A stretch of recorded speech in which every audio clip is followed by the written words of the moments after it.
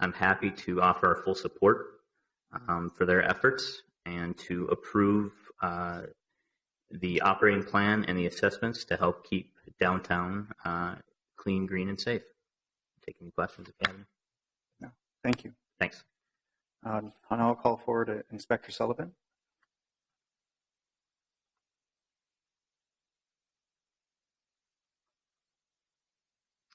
Good morning, Chair. Good morning, Committee. I'm Inspector Michael Sullivan from the 1st Precinct, working at 19 North 4th Street. I'm the new inspector down there. I've been there for about a month. In that month, I have realized and have seen the tremendous amount of collaboration and information sharing with regard to DID and the Minneapolis Police Department, specifically the 1st Precinct, and how well and seamlessly they work together and share information with regard to public safety concerns. On a personal note, I'd like to share a story that happened to me when I was the commander of the Juvenile Division, and I was dressed in a suit, just like yours, sir, walking with a large group of people from South Charleston, South Carolina. There was a couple judges, a couple county commissioners, a couple high-ranking police officers, sheriffs, and lawyers. And they had come to Minneapolis to see what we were doing with the Minneapolis Juvenile Division. But this story is about the DID. I was taking them, I was the host, and I was walking them down the street. I think we were on 7th, just crossed Hennepin, and we were heading towards 1st Avenue. And there in front of us, about a block, was a DID ambassador. Of course, none of them have seen them before, and they said, "Hey, who's that in the lime green shirt?" Well, the day before, or was it 2 days before, it was raining, and I was coming out of the Hoff ramp, and who should approach me but a DID ambassador with an umbrella, and said, "Hey, sir, can I walk with you to keep you dry?" I was like, wow, that's pretty cool. If I was a visitor, that would impress me thoroughly. I said, "Sure, please, thank you," and then I told her who I was afterwards. I said how impressed I was with her service. So we're walking, now back to the story with these persons from South Charleston, South Carolina. We're walking down, and the DID ambassador, I explain what they do. They clean, they say hello, they help out, and they participate in safety. Right after I get done saying that, a piece of garbage comes flying about 10 feet in front of the ambassador into the street. The ambassador goes running after this piece of paper of garbage, and this sounds like a really small incident, but it's very important. Runs after this piece of garbage, steps on it in the street, picks it up, and puts it in the nearby garbage can. Now, this is in front of about 12 visitors from South Charleston, South Carolina, and they go, "Did you pay that? Did you actually create that event?" I said, "No." I said, "Let's go meet that ambassador." So we went and we talked with him for about a half an hour while he greeted these people from South Charleston, South Carolina. We got done talking with this gentleman for about a half an hour, and then we got done and they said, "Wow, we need this." So that is a personal story. Now another one from a more recent event. The other day I had a very long day, about a 14-hour day. I needed to split it in half and went for a run. I'm running northbound on 1st Avenue, approaching 2nd Street North, near the North Loop. And there's 2 DID ambassadors picking up garbage. They have their brooms and their little sweep baskets. And I wow, they're all the way down here, or up here. And before I could even say hello, both of them said, "Hey, have a great day, sir. Have a good run." Now, like I said, these are very small stories, but they are very significant in that these DID ambassadors and what DID does is the face of Minneapolis. So thank you very much. Thank you. Thank you for that testimony and those stories. Down the list, we have Anna Koskren. Please come forward, state your name and address for the record. Good morning, Chair and Committee. My name is Anna Koskren. I live at 3630 Blaisdell Avenue in Minneapolis. And, it's hard to follow Inspector Sullivan. He had great stories, so I'm going to keep it really short. I'm a partner at NTH. We're a corporate real estate firm, and we represent a lot of downtown businesses, U.S. Bank, Xcel Energy, Star Tribune, to name a few.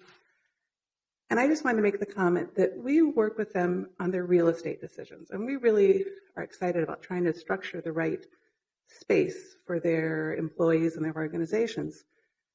But what's most important to them is where they can attract and retain talent. And they need to be able to employ the people that make their businesses work. And for them to choose downtown, to stay downtown, to expand downtown, to grow downtown, and do all of the things they do, it's very important for me to have the clean, safe, green downtown environment the DID supports. So we at NTH enthusiastically urge you to approve the budget and really appreciate the work of DID and the Downtown Council. Thank you. Thank you. Next, we have Nils Snyder.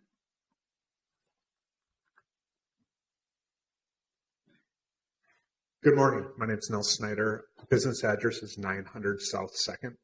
I'm with Colliers International, which is also a commercial real estate firm, just like Ms. Coskren's.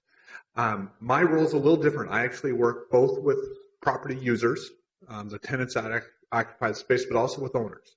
And I will say that as part of an ownership group that actually owns properties downtown, they enthusiastically support the DID. They appreciate the fact that it is cleaner, it is greener, and most importantly, it is safer. And working with some of the smaller users downtown, unlike the U.S. banks and Wells Fargo's of the world, but the Toplinski law firms, the actuarial advisors, the small guys that sometimes get forgotten in these very large buildings, they appreciate the fact that someone is out there looking out for them. They appreciate the fact that someone is picking up the trash. They appreciate the fact that things are getting better. And the value proposition is very clear to me.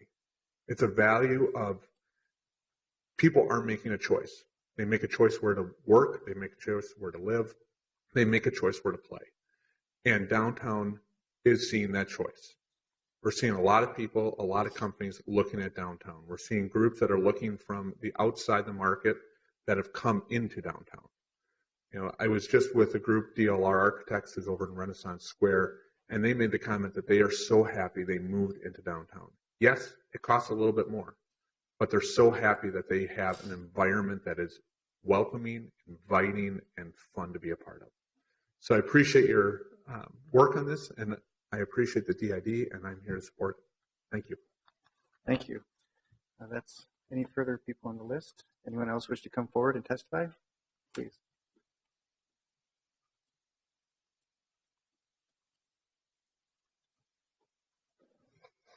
Mr. Chair, I'm John Harrington, Chief of Police for Metro Transit Police, 2425 South Minnehaha Avenue in Minneapolis. I'm here to support the motion for continuing the appropriation for the DID. I have been Chief of Police for Metro Transit for 4 years, and over that 4-year period, we have seen a continued process of making downtown safer because of the work of the DID. Because of the work of the DID, Metro Transit has invested additional police resources in downtown, increasing the beat staff that works in downtown, opening a storefront in downtown, and continuing to work through the safe zone process, which brings additional transit police, Hennepin County sheriffs, and Minneapolis police into downtown from the spring through the fall of each year. Over the 4 years that I've been working with DID, I can tell you that, number one, we would not have the coordination of police services. So we are working smarter, not just harder. We would also not have the advantage of the information that the business community brings. Quite literally, all of the special events that happen in downtown Minneapolis would be far less well organized if DID was not involved. And then finally, they are simply just a very good partner in terms of bringing together new information and the newest research. We have been working with them on looking at how to better improve the nightlife in the warehouse district. How do we respond to the hotspots? How do we respond to the homeless? Working with St. Stephen's as a partner. How do we coordinate police and social services with human services, St. Stephen's, charities? All of those things come together through the DID. And I'm here once, as many else have spoken, to support the movement of their continued appropriation. Thank you. Appreciate that. Anyone else wish to come forward? Anyone else wish to come forward? With that, I will close the public hearing. I know there's conversation to make sure all sectors are represented. I think there's formats and committees to that end, and I encourage anyone to participate who hasn't participated in those formats because that's where decisions get made. And so that's very important to note. Is there any further questions or conversation from the committee? Seeing none, I will move the staff recommendation as presented today. All in favor say aye. Aye. Dissenting nay. That carries. Thank you. Thank you for all that testimony. And moving down the line, we have our last public hearing, which is item 5 on the agenda. 5th Year Street West, France Avenue South Parking Facility, also known as the Union Municipal Parking Lot Operation and Maintenance Assessments. Andy Carlson will make the presentation.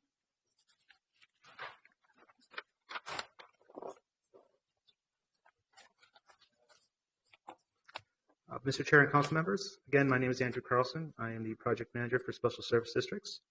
This public hearing is for the 50th Street West and France Avenue South parking facility, also referred to as the Ewing Municipal Parking Lot, for their special assessments for 2015, payable in 2019 and 2020. So I'll keep this brief again, but I think a little bit of background to provide what we're looking for today would be helpful.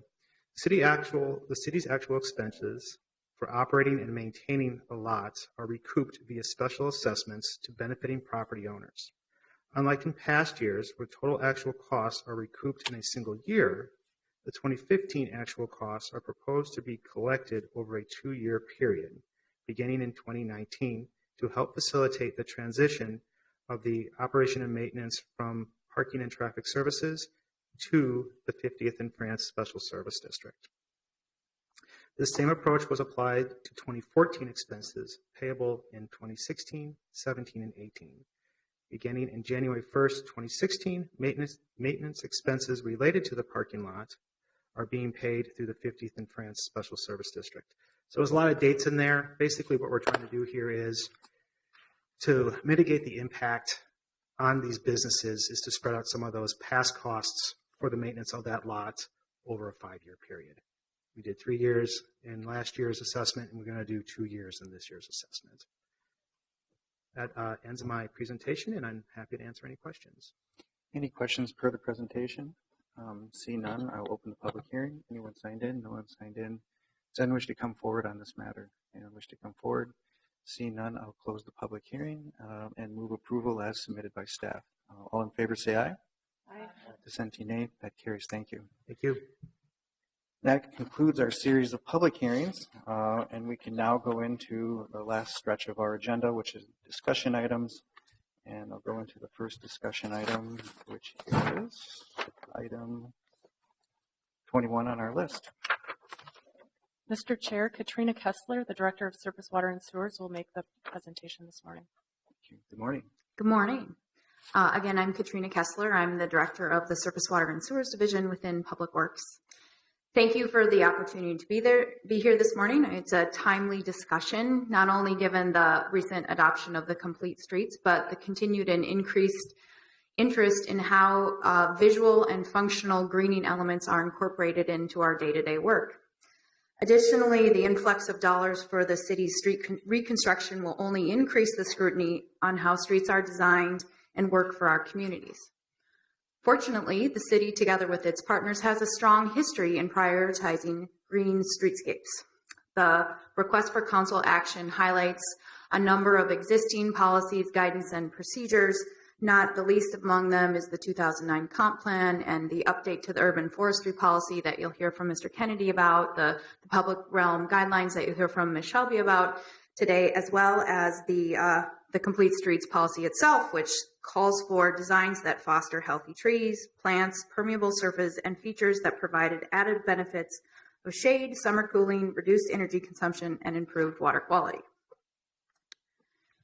To develop a response to the May 17th staff direction, an interdivisional team of staff was formed that includes representation from the Public Works Transportation Planning area, the Public Works Transportation Maintenance and Repair area, Surface Water and Sewers, as well as our partners at CPAD Long Range Planning and the Minneapolis Park Board Forestry Department.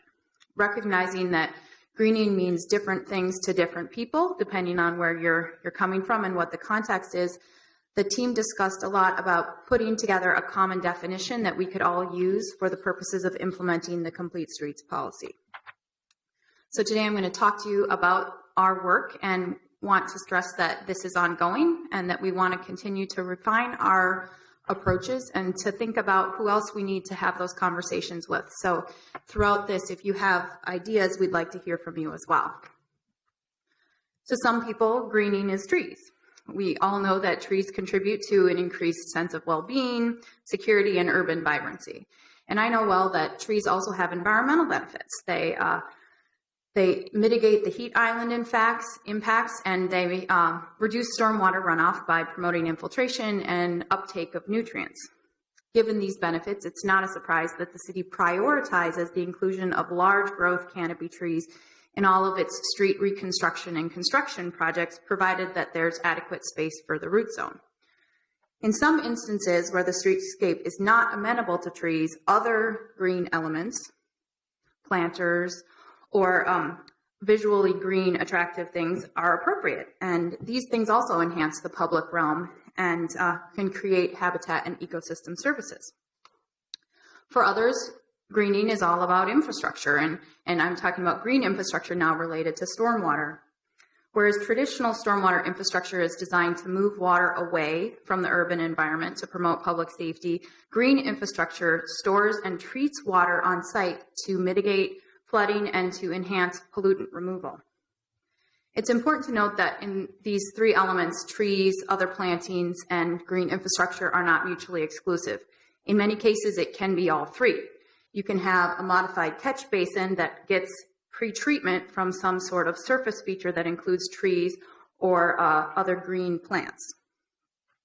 So for the purposes of implementation of the Complete Streets policy, we are proposing a two-phased definition. First, greening being the incorporation of trees or other vegetation designed to enhance the public realm. And secondly, greening can also be the integration of green infrastructure to, again, maximize stormwater or treatment, or stormwater storage or treatment, where data show that these elements will mitigate flooding and or improve water quality. And I just want to stress that that first facet of the definition is consistent with what you'll hear from Ms. Shelby with relation to the public realm guidelines. And again, we're working very closely to integrate the work across the city in this area. Because greening does span work across the city. It certainly includes the planning, design, construction, and implementation work that happens within public works, but it also includes the sustainability work that we all do, as well as the long-range planning of our partners in CPED. And we all know that the greening work of the city is integrally connected to the work of the Minneapolis Park Board. Additional local efforts by private and public partners are key in advancing the city's goal and maintaining our efforts. So I want to just say again that we're committed to continuing conversations. Through this effort, we talk to a number of stakeholders, and we want to make sure that we talk to anyone who wants to talk to us to clarify how these things actually are implemented and how the city can continue to make progress towards its goals in these areas. We heard a lot of requests for just clarification on how the process works.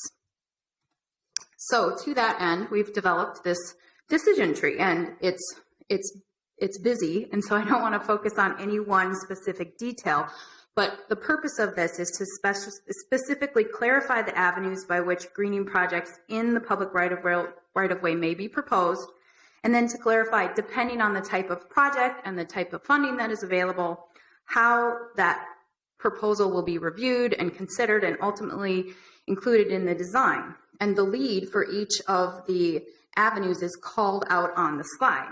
And that's just to show that there are established channels, both within public works, transportation, maintenance, repair, within surface water and sewers, within transportation planning, or within the park board, by which we can get these projects in the queue.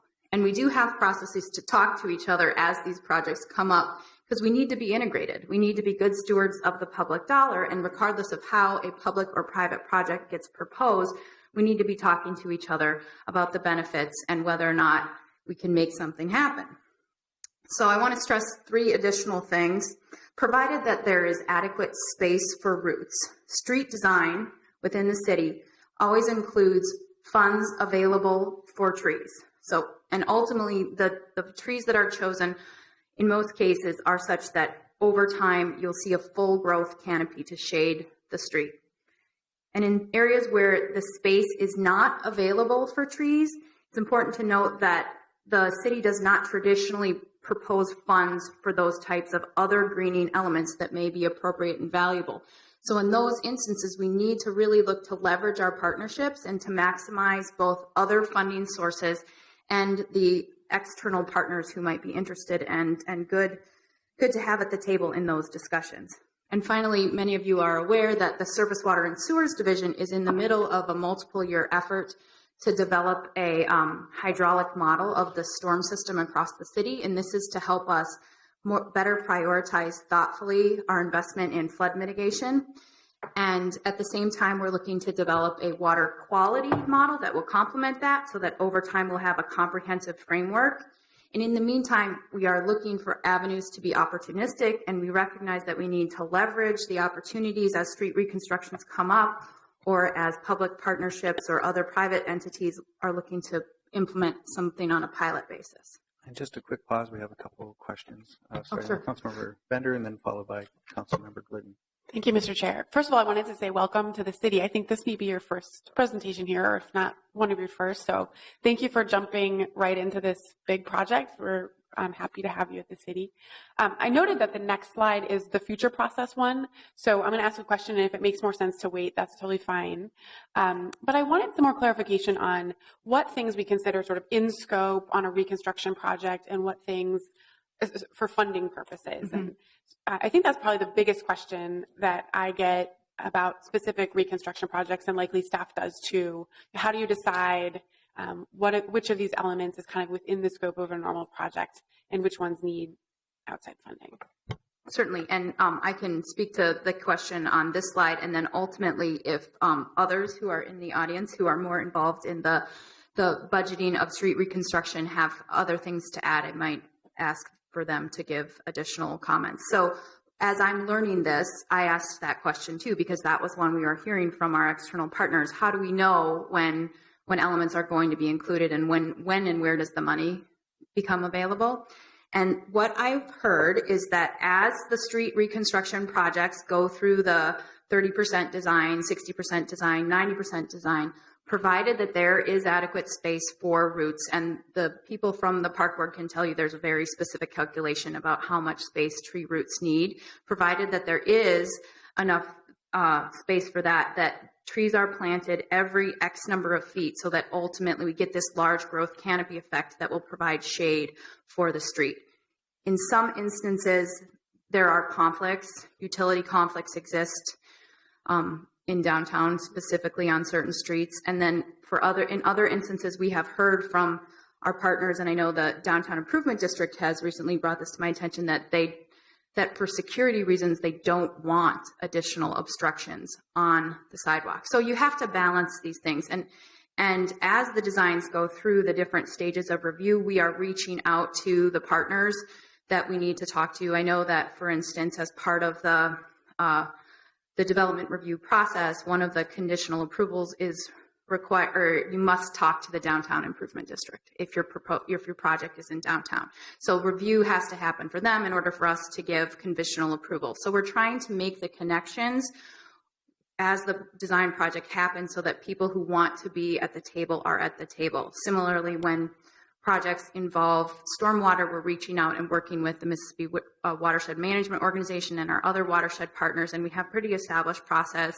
And through this discussion, we've come up with an even more defined process, whereas they can be at the table earlier once we've identified what the additional capital plan will be and where we have opportunities for stormwater work. Thank you, Mr. I think that's very helpful. I just want to make a couple notes. One, as you mentioned, was that this is following the Complete Streets policy. And so I think as we move toward implementing that policy, this is just one of the elements. So I wanted to note that.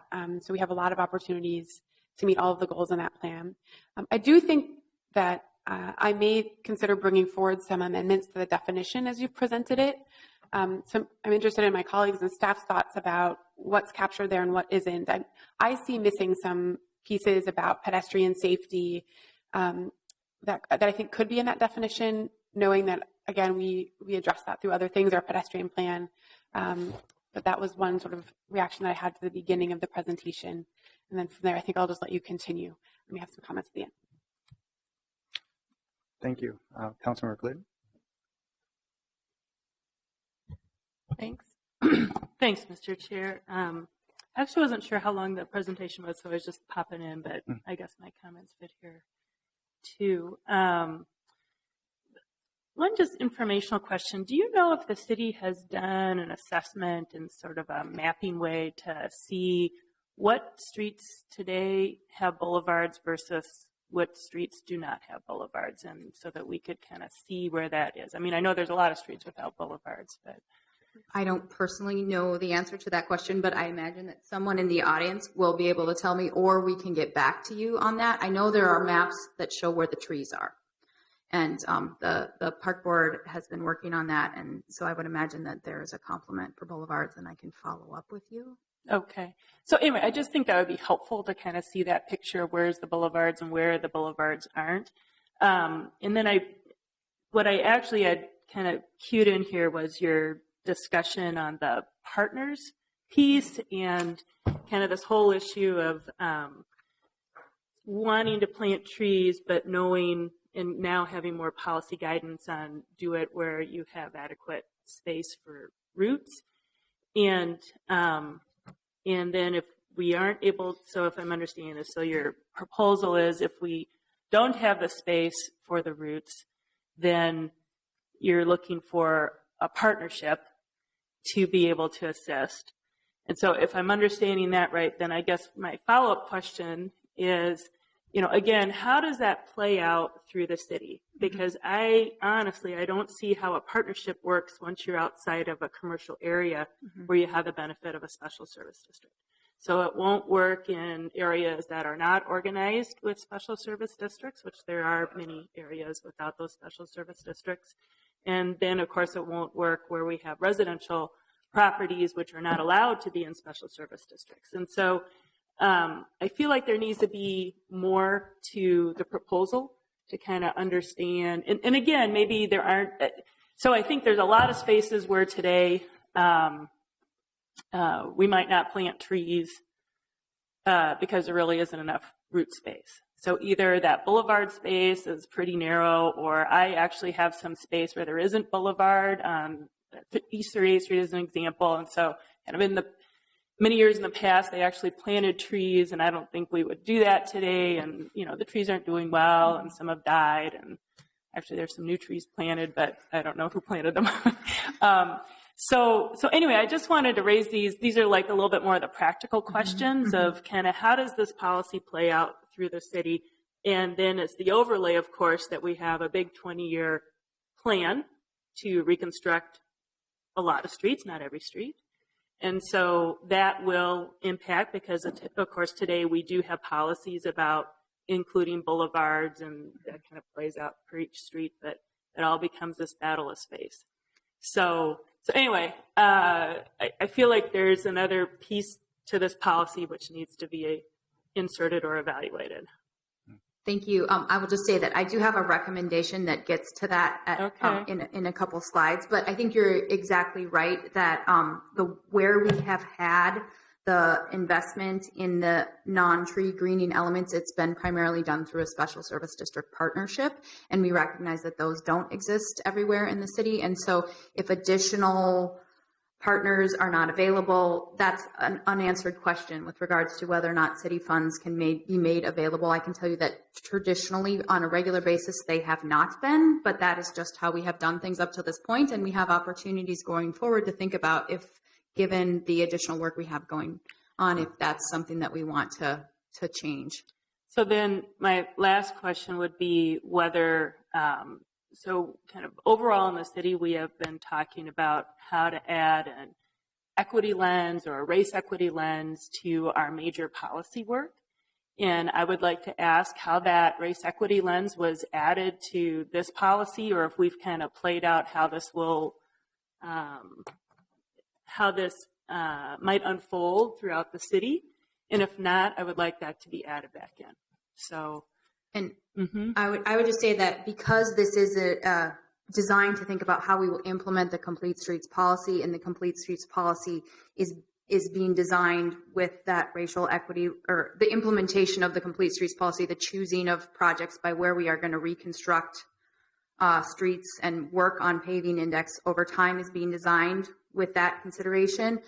This is like a second step for it, but we didn't take a racial equity lens specific to the greening policy, recognizing that it's integrally linked to the Complete Streets work. But we can consider that. Right. I will just say I think that should be considered for the greening policy. It seems like this is an additional policy, and to kind of rest everything back on the Complete Streets. Anyway, I'm happy to talk about it more, but it seems like this might be another place we need to add that lens. Well, and I think the consideration underlying all this is that trees, after being established, for lack of a better term, self-maintain to a certain degree that plantings typically don't. Now, that's not to say that plantings are all equal. You know, grandma's pansies take more care than, say, some of the natives. So the question is, who maintains after it's been implemented?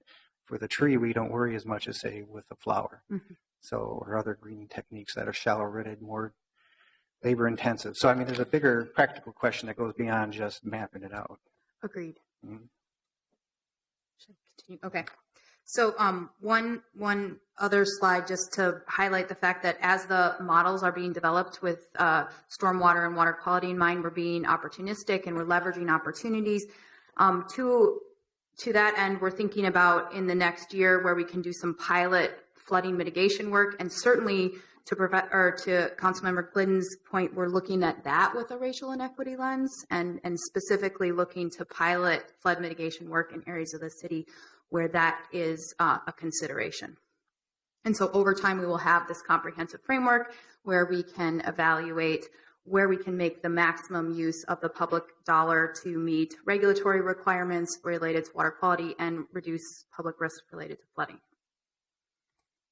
So these are my last two slides with the recommendations, because again, the May 17th staff direction asked us to provide recommendations. And the first is to just continue these conversations, to clarify that there are existing policies and procedures in place to incorporate greening into the Complete Streets design, and to further clarify how these things actually happen. And we want to talk about this with others who might have input on how we could further refine it. And it's a long journey in terms of continuous improvement, and we are always looking in order to get better. And the second is to think about how we can diligently continue to work on our water quality models and be opportunistic in the meantime, and look for opportunities to leverage things like street reconstruction or areas in the city that have needs related to racial and economic equity where we could do pilot projects, and look to partner when partners are reaching out to us.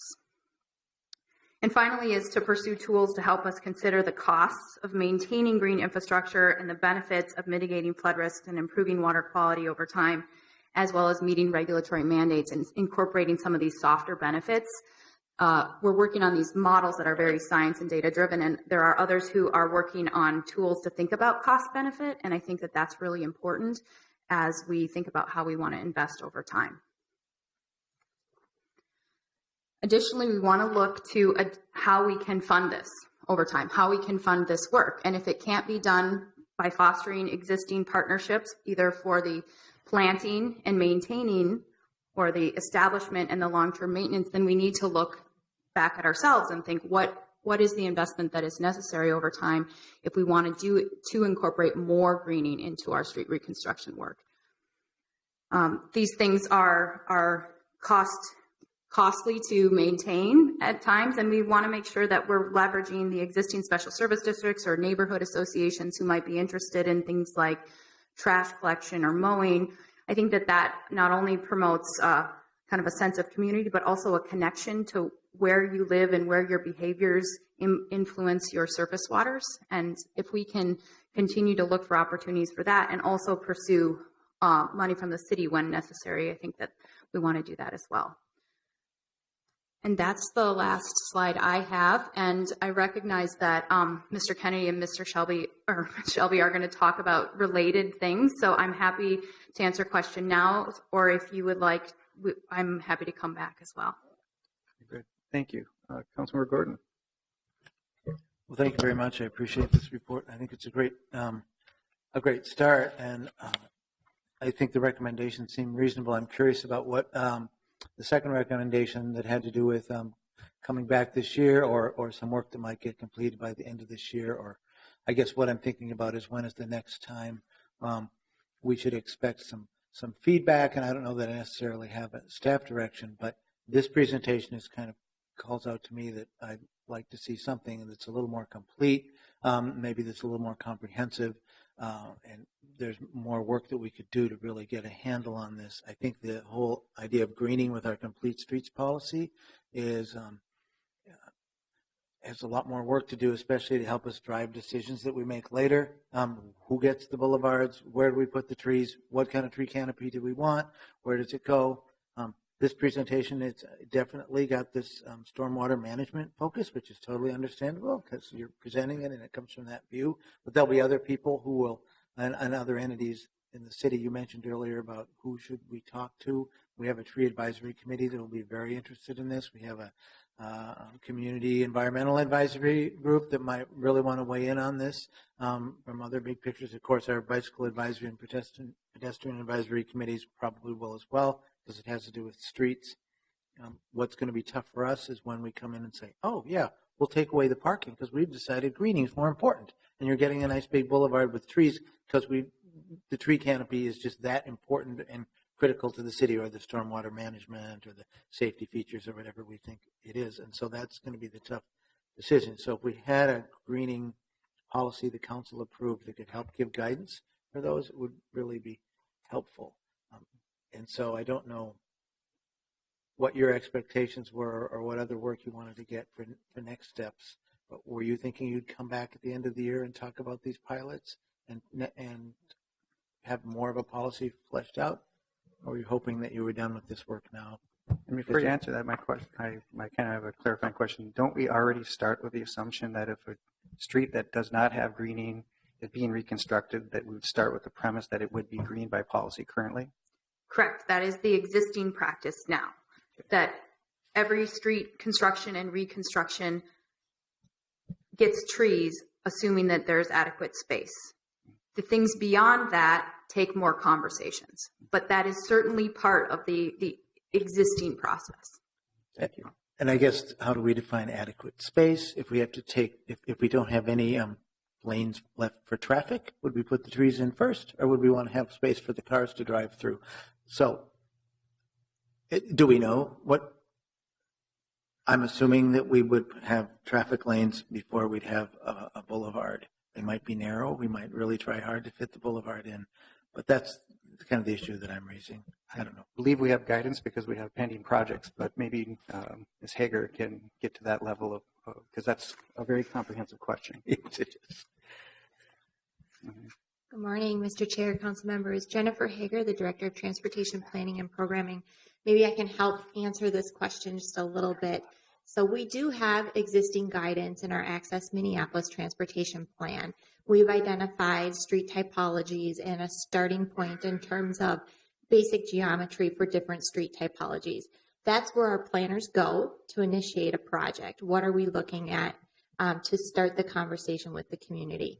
Then, as you're aware, with our recently passed Complete Streets policy, we're also implementing a checklist where we're taking into consideration that basic starting point from Access Minneapolis of where we're looking for geometry, and then overlaying that with the input that we're getting from the community and our advisory committees. And it all comes down to those conversations and those trade-offs as we go forward. We do know basically where streets are that do or do not have boulevards. If it's not mapped, it's data that we have that could be mapped in the future, but that's all information that we're tracking. And we do look and strive to make those improvements with our projects as we implement them. So maybe you could answer the other question. Is the intention now to have a more fleshed out plan and gather more input about what our greening policies will and decisions, or is this the end point for this discussion? Mr. Chair, maybe I could just jump in as the author of the staff direction and had conversations with the chair and staff about this. So my thinking was that this would help inform the work that staff is already doing around the comprehensive plan update, which has a timeline of adoption in late 2017 or early 2018. And this goes beyond some of the, required elements of the comprehensive plan, but in talking with colleagues and staff, had identified greening and our stakeholders as one of the biggest areas of work where people had interest in reviewing and fleshing out our policies going forward. Because we've done so much work on our pedestrian network and our bicycle network, our transit network, that this was one area where folks felt a need for more discussion and interest in developing policies building off of those that are in the Access Minneapolis plan. Not to say any of those other things are done either. So that was my thinking. And I did have a question for staff, kind of building on what Councilmember Gordon was saying, which would be, so I see you talking about some different buckets of work. One is some pretty significant data gathering and modeling, which goes beyond what we have today, which I think is a big deal, which is mapping our stormwater systems. I understand you're taking into account different climate change assumptions, which I think is really important for our city as one that's very vulnerable to potential flooding from climate change.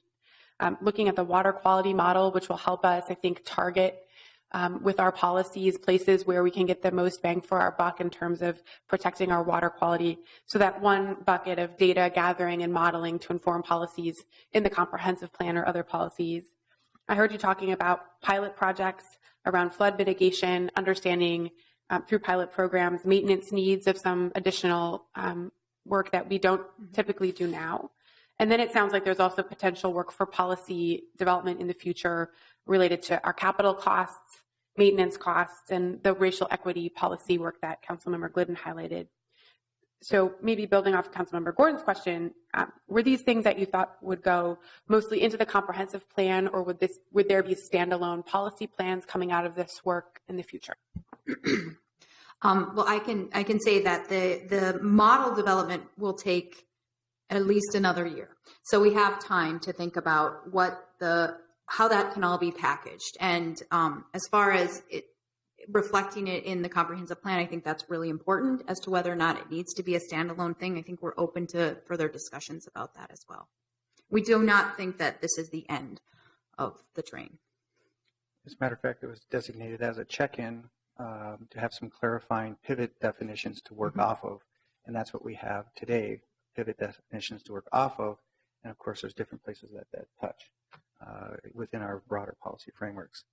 So Councilmember Palmisano. Oh. Thank you.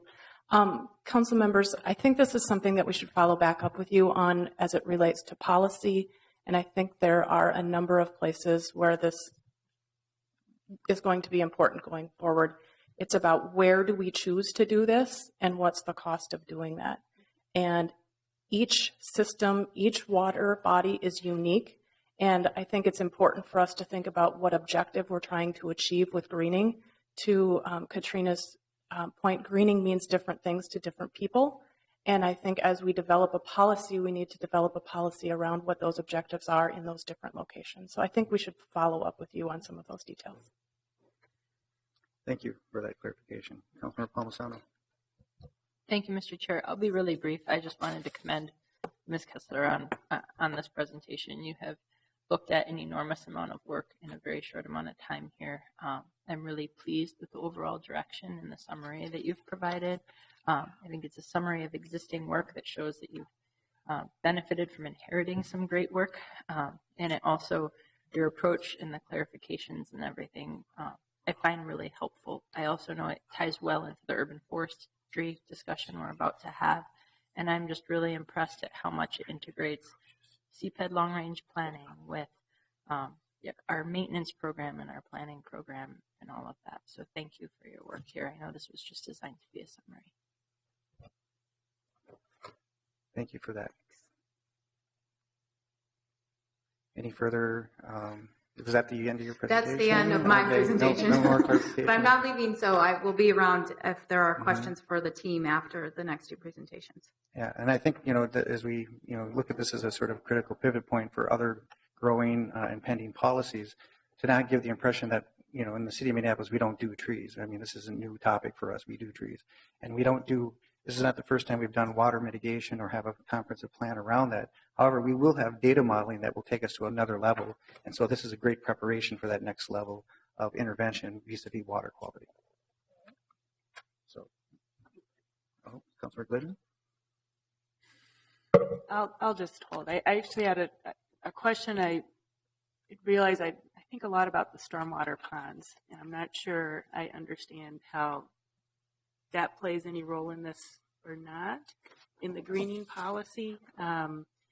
So maybe that's just another element for as you're continuing to develop, and I'm happy to talk offline since I know we have 2 other really big presentations. So thank you for your work. So you're welcome, and I'm happy to talk to you or others as well. Thanks. All right.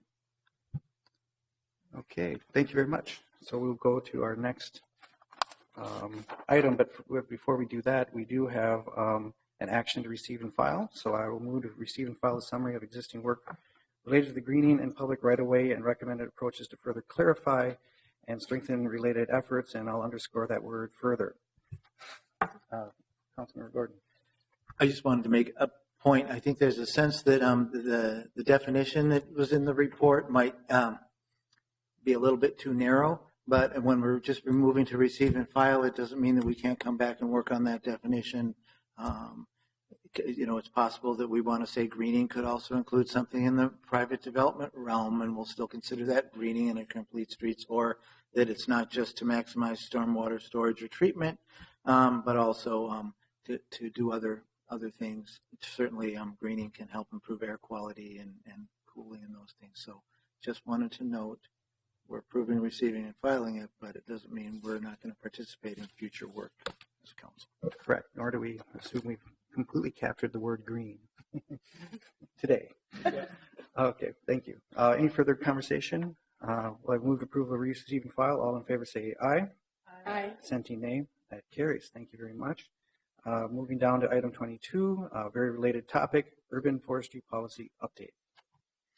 Mike Kennedy, Director of Transportation Maintenance and Repair, will make this presentation. Good morning. Good morning, Mr. Chair, members of the committee. As said, I'm Mike Kennedy. I'm the Director of Transportation Maintenance and Repair for Public Works. Our division has been leading this update to the urban forest policy. It's been a collaborative effort between Public Works and Minneapolis Park and Recreation Forestry. With me today are some of the members of our work team. If there are questions that I can't answer, and they can, which would include forestry folks and Public Works folks.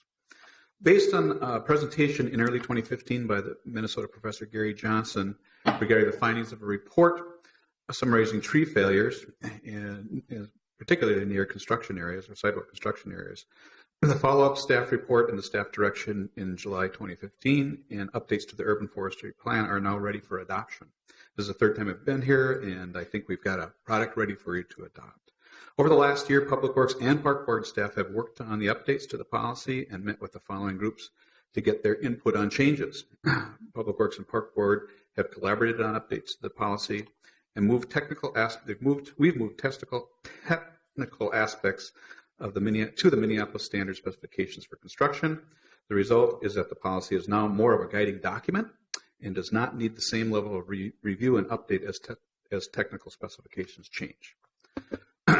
Forestry created a new division within the Minneapolis standard specifications for construction that covers all aspects as related to trees and current best management practices. The section, as part of the city's construction specifications, is reviewed and updated on an annual basis. Technical specifications are now in a single repository